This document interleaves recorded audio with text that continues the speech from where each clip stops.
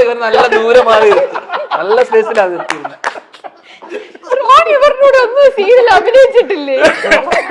ഇവർക്കിടയിൽ ഒരുപാട് സ്പേസ് ഉണ്ടായിരുന്നു. ഞാൻ ഇവരൊക്കെ ചുമ്മാ കൈയിട്ട് തിയേറ്റർ കളിച്ച് നടന്നുണ്ടെന്ന് ഇവനൊക്കെ. പക്ഷെ ഇവര് ഇരിക്കുമ്പോ ദൂരെ നല്ല നമ്മളാ സാറിന് കൊടുക്കുന്ന ബഹുമാനം കാരണം ഇച്ചിരി മാറിയിരിക്കുന്നുള്ളത് ആണല്ലേ? അല്ല, ഈ ടീച്ചറിനകത്ത് വേറൊരു ഡയലോഗ് ധ്യാൻ കരഞ്ഞോണ്ട് പറയുന്നുണ്ട്, എന്നെ കൊണ്ട് ഇത് ചെയ്യാൻ പറ്റുമെന്ന് തോന്നുന്നില്ല. കൊറേ പേര് വെച്ച് എന്തിനാ പിന്നെ ഇപ്പോഴും ചെയ്തോണ്ടിരിക്കുന്ന പരിപാടി ഇതെന്തിനാ നിർത്തിക്കൂടെ നിനക്ക്? അതെ, അല്ല റിയൽ ലൈഫില് ഈ ട്രെയിലർ കട്ട് ചെയ്ത് എനിക്കൊന്ന് ചമനാണ് തോന്നുന്നു. ചമൻ എന്നോട് എന്തോ ദേഷ്യമാണെന്ന് തോന്നുന്നു. ഏതോ എന്റെ 2 സിനിമ ഏതോ കണ്ടിട്ടുണ്ടാവണം, എന്താന്നറിയില്ല. എഡിറ്ററായിട്ട് ചെയ്തിട്ടില്ല അവൻ അല്ലെ? എഡിറ്ററായിട്ടും ചെയ്തിട്ടില്ല. ആരാ ചെയ്താന്നറിയില്ല. ട്രെയിലർ കട്ട് ചെയ്ത് ടീച്ചർ കട്ട് ചെയ്ത് സമനാണോ ഇതെന്നെ കൊണ്ട് പറ്റൂലെന്ന് കറക്റ്റ് അത് ഇട്ടിട്ടുണ്ട്. ഭാഗം അതുകൊണ്ട് എല്ലാരും ഞാൻ എന്റെ അമ്മേനോട് പറഞ്ഞിട്ടുണ്ട് ഇതേപോലെ പറ്റും തോന്നില്ല. അല്ല, അതിന്റെ കൗണ്ടർ ഉണ്ട് കേട്ടോ. ലാസ്റ്റ് ഭയങ്കര മനസ്സിൽ നിർത്തിയിരിക്കണത്. അത് പറയുന്നുണ്ട്, അമ്മ പറയുന്നുണ്ടല്ലോ പഞ്ച് ഡയലോഗ്. പക്ഷെ നമ്മള് പറയുമ്പോ നമ്മള് പറ്റിയതാണല്ലോ. ഇതുവരെ എന്നോട് പറഞ്ഞില്ല നിർത്തിക്കൂടെ എന്ന് വരെ പറഞ്ഞു കഴിഞ്ഞ ദിവസം. ഓക്കെ, ഞാൻ നിങ്ങളോട് എല്ലാവരോടും കൂടി ഒരു സെഗ്മെന്റ് ചോദിക്കാണ് കേട്ടാ. നമ്മുടെ മലയാള സിനിമയിലെ ചില അന്വേഷണ ഉദ്യോഗസ്ഥരുടെ പേരാണ് ഞാൻ പറയുന്നത്. അത് ഏത് സിനിമയിലുള്ളതാണ് നിങ്ങൾ പറയണം. ഓക്കെ, കരുണൻ ചന്തക്കവല ഏത് സിനിമയിലെയാണ്? കരുണൻ CID മൂസയാ? അല്ല. യെസ്, അത് തന്നെ കിട്ടി. അടുത്തത് സാം അലക്സ്, CID വിജയൻ, അത് പറഞ്ഞില്ലെങ്കിൽ ആന്റണി മോസസ്, മുംബൈ പോലീസ്. എല്ലാം അറിയാലോ. നിങ്ങളൊന്നും അറിയാലാത്തതുണ്ടോ? IG ചന്ദ്രശേഖർ, സുരേഷന്റെ പടം ടൈഗർ അല്ല, തെറ്റിപ്പോയി. IG Chandrasekhar, grand master. Yes, കിട്ടി. Okay, Geetha Prabhakar, CID Oommen Koshy, okay, CBI Vikram,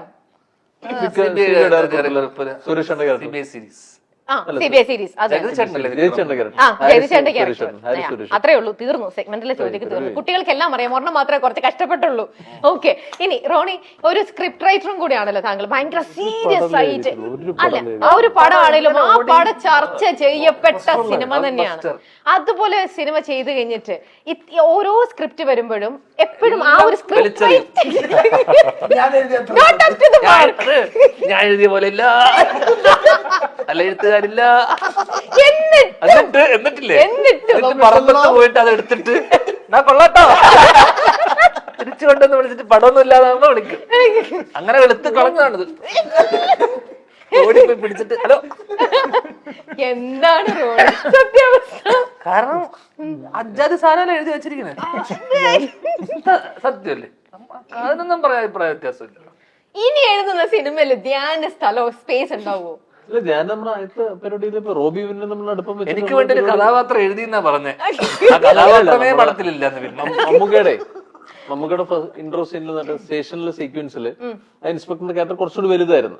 അപ്പൊ അത് ഇവൻ ചെയ്താൽ കൊള്ളാന്നുണ്ടായിരുന്നു. പക്ഷെ പിന്നെ അത് കുറച്ച് ചുരുങ്ങിയാ കേട്ടത്. അതുകൊണ്ടാണ് കുട്ടീനെ ചെയ്യിപ്പിക്കായിരുന്നത്. അതുകൊണ്ട് മാത്രല്ല, പിന്നെ അവന് ഞാൻ പറഞ്ഞാടാ കുറച്ച് ഫിറ്റ്നസ് കാര്യങ്ങളൊക്കെ വേണം എന്നുള്ള പരിപാടി പറഞ്ഞു. പിന്നെ ഞാൻ മമ്മൂക്ക പടം വല്ല ഇങ്ങനെ ഞാൻ ഫിറ്റ് ആയിട്ട് വന്നേനെ. പക്ഷേ വിളിച്ചില്ല. ഫിറ്റ് അല്ല ഞാൻ ഉദ്ദേശിച്ചത്. അതേത് ഫിറ്റ്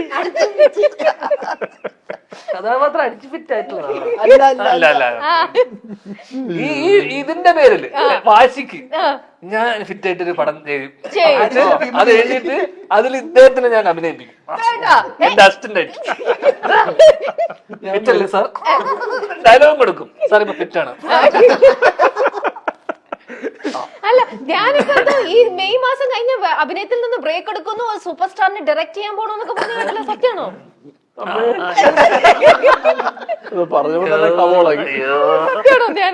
ഞാന് ഒരു ഇന്റർവ്യൂ പോയപ്പോ ഞാൻ പറഞ്ഞു, ചേച്ചി ഇങ്ങനെ ആഗ്രഹമുണ്ട് കുറച്ച് ബ്രേക്ക് എടുക്കാൻ ഒരു തീരുമാനം ഉണ്ടായിരുന്നു. അപ്പൊ അത് സ്വാഭാവികമായിട്ടും ചില കമ്മിറ്റ്മെന്റ്സ് തീരുന്നില്ല. അപ്പോ അത് കുറച്ചുകൂടെ തള്ളി. തള്ളി. അത്രേ ഉള്ളൂ. 23-ാം തീയതി പടം ഇറങ്ങി അന്ന് വൈകുന്നേരം ഒരു 4-5 പടം സൈൻ ചെയ്യും. 4-5 പടം. ഹലോ എവിടെയാ? പെട്ടെന്ന് അതെ, കണ്ടില്ലേ പടം പറഞ്ഞു.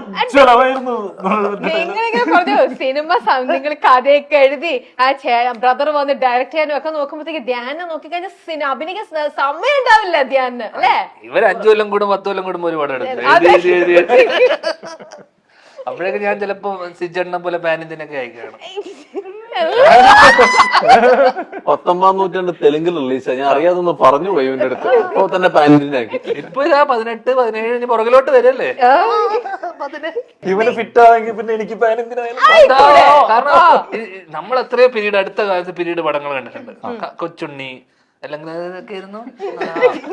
അതിനൊക്കെ നോക്കുമ്പോ എല്ലാത്തിനകത്തും ഫിറ്റ് ആയിട്ടുള്ളതും കറക്റ്റ് കുതിരോടിച്ചു പോകുന്ന കറക്റ്റ് ആയിട്ടുള്ള ആളാരാ? ലാൽ സാറിനെ കമ്പയർ ചെയ്യുവാണെങ്കിൽ തന്നെ മരിക്കാർ ലാൽ സാറ്. ലാൽ സാറ് സിജേട്ടനെ കമ്പയർ ചെയ്യുകയാണെങ്കിൽ ഞാൻ പറയും സിജേട്ടൻ തന്നെയാണ്. ഇവനോടിച്ചില്ലേ അപ്പൊ? അല്ല സിജേട്ടനാണോ ലാൽ സാറാണോ മരിക്കാറാണോ സിജേട്ടനോ ചോദിച്ചാൽ നമ്മളെല്ലാരും സിജേട്ടന്റെ പേര് പറയുള്ളൂ. ഇവിടെ ഇവിടെ ലാൽ ചേട്ടനാണ് ഇരിക്കുന്നത്, ലാൽ സാറാണ് ഇരിക്കുന്നത്, നമ്മൾ ലാൽ സാറിന്റെ പേര് പറയും. ഇപ്പോൾ ഇവിടെ സിജുവല്ലേ ഉള്ളൂ. നമ്മുടെ എല്ലാവരുടെ അടുത്തും കൊറേ കൗണ്ടർ പറയാം. ഇങ്ങനെ ഒക്കെ നിൽക്കുന്ന ഈ ധ്യാനിനെ പൂച്ചയെ പോലെ ആക്കും വേറൊരാള്.